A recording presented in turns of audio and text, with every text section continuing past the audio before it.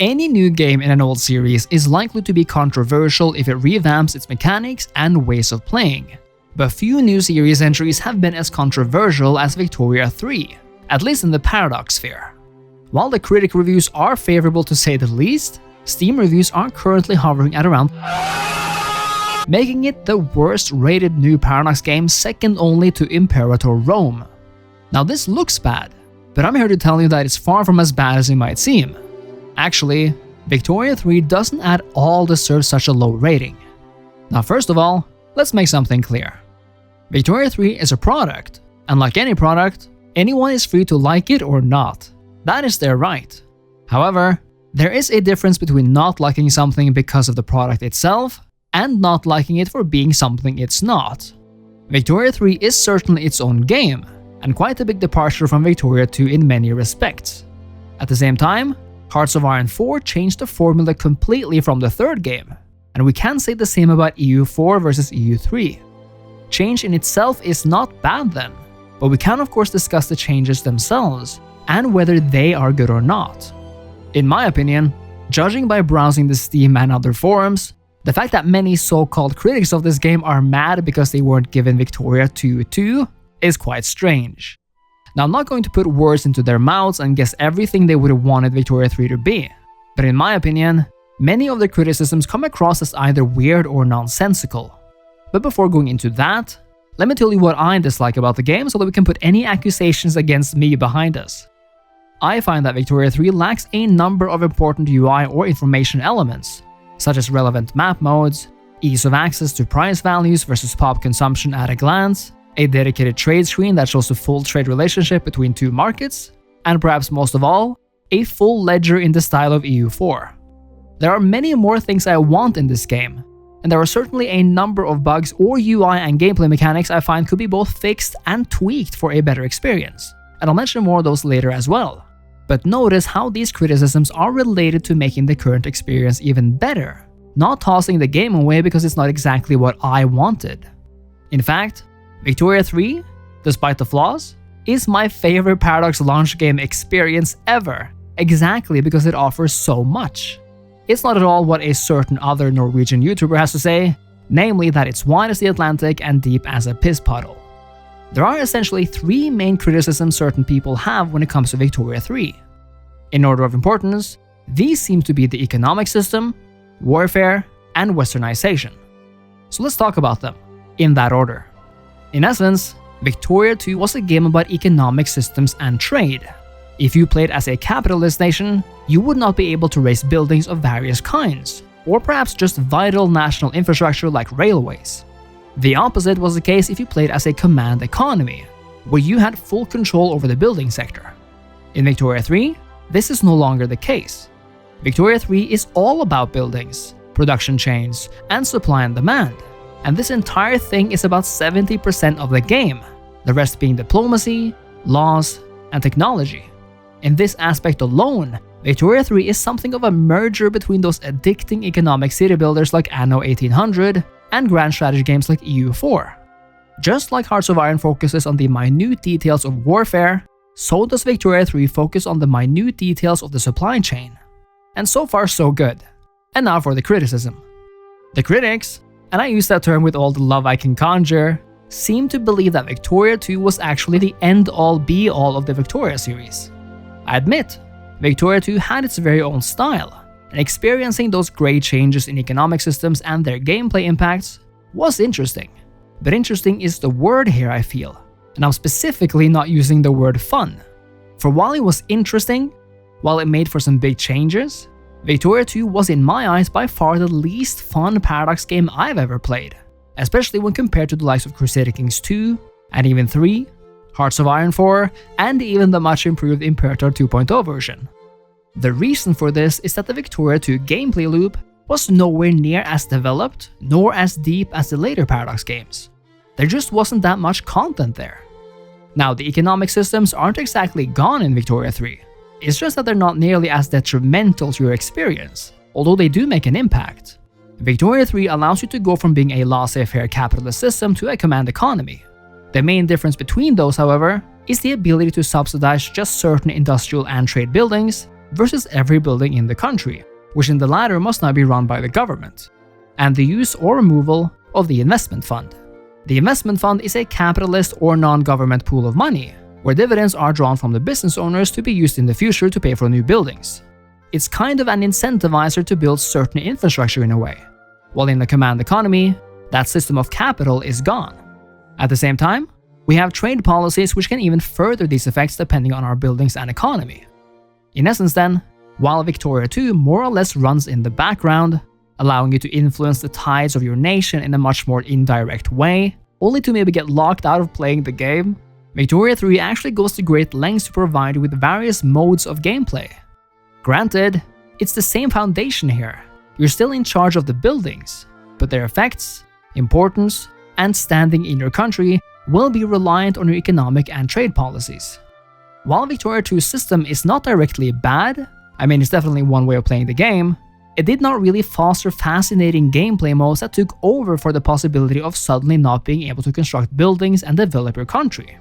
In this way, Victoria 3's focus on constant moment-to-moment gameplay and the interaction with the game systems is so much more fun and even more interesting. I do agree that there could be even more changes between the economic systems here, but the situation is not nearly as bad as some people would have it. And in my opinion, despite perhaps not being as mythically realistic as Victoria 2, it certainly is a lot more fun. On to warfare then, another aspect which has received a lot of unearned hate. If there is one aspect of Paradox games that have always seemed lacking, and not just to me, but to literally everyone, it's been warfare. How many times have you not heard that a Paradox campaign plus Total War battles would be the ideal game? Well, unless we're talking about Hearts of Iron 4, which has actual engaging combat, warfare in both Victoria 2, Crusader Kings, and EU4 has largely been the same. You make an army, and you run it across the map, either chasing down enemy armies or sieging down their cities until you roll a random lucky number. I'm not saying it's horrible, but it's definitely, absolutely the worst part of any non-Hearts of Iron Paradox game. Easily, absolutely it is. Critics of Victoria 3 will have it that the game sucks partially because they can't move their tiny armies around the map anymore, and that somehow ruins the experience. If you think moving men symbolizing armies around the map was such an integral part of Victoria 2, I have much better non-Paradox games to tell you about. Of course, this system is radically different in Victoria 3. The symbolic men and horses are gone, replaced by a frontline system where armies are placed during war. Rather than always having armies around, and rather than physically having to make sure where they are, you assign generals to fronts, and then give them overarching directions on whether to advance or defend the front. You'd think that Victoria 3 critics would love this, as it takes away that control from the player just like a capitalist economy would. After all, prime ministers don't control their own armies now, do they? But no, they seem to hate it largely because it's just different from Victoria 2. Now, my opinion is that everything that revolves around Victoria 3's warfare system is arguably the best iteration of it in any Paradox game. I love having to not only research tech for better armies, having to actually supply them, but even whether to consider to mobilize conscripts or not, or just parts of the regular army. I find this system so much more engaging and interesting than especially the simple and almost arcane system in Victoria 2 of chasing and sieging. Naturally, again, I'd like much more information surrounding warfare and battles in Victoria 3, and I'd also like more animations, sounds, and gameplay injected into it. There, for example, should be more battles taking place at larger fronts at any time, especially if there are more armies present. My preference would have it be more tactical, and just a dash of Hearts of Iron 4 maneuvers and tactics would go a long way here. But I still believe it is infinitely more complex and fun than the combat in Victoria 2, which is essentially just outdated busywork by now. In essence, while it's certainly allowed to not like the new warfare system, criticizing it for being dumbed down is just plain wrong. And if you are criticizing Victoria 3 for being unrealistic in terms of economic management, because the government would never meddle in supply chains in a laissez-faire system, I especially find it hard to take your criticism of hands-off warfare seriously, as that is the domain of the military and general staff, not the government. I find that Victoria 3 strikes a fun balance then, even though I again desperately want more player tactics on the front lines here. The third major criticism deals with Westernization. Westernization is a mechanic in Victoria 2 where nations outside of Europe began worse off, namely because they weren't westernized, meaning worse technology, armies, ideas, and industry. Now, in a game concerning industrializing and modernizing in an age of rapid change and Western dominance, this is in fact a natural part to include in the game in one way or another. Although we should probably go further and introduce a modernization feature where nations in fact had to import modern ideas and technology in a much more direct way. Indeed, in terms of names and local government types, there is a deep lack of flavor here, but that doesn't mean this ruins the game. Victoria 3 does indeed simulate the massive differences between nations in other ways, and the three most important of these are starting technology, which in a sense only simulates the knowledge of an idea in a country, the starting laws, which directly tells you how modernized a nation is, and finally, and arguably equally important, its interest groups. The interest groups are the reason why the Ottoman Empire has such a hard time modernizing, because a large part of its powerful ruling class resists change. It's the reason why less than 1% of Japan's ruling class supports turning away from isolationism, and why it likely won't modernize, or for the lack of a better term, westernize, for a long time. Again, more flavor and more individual nation detail would go a long way in making systems even better.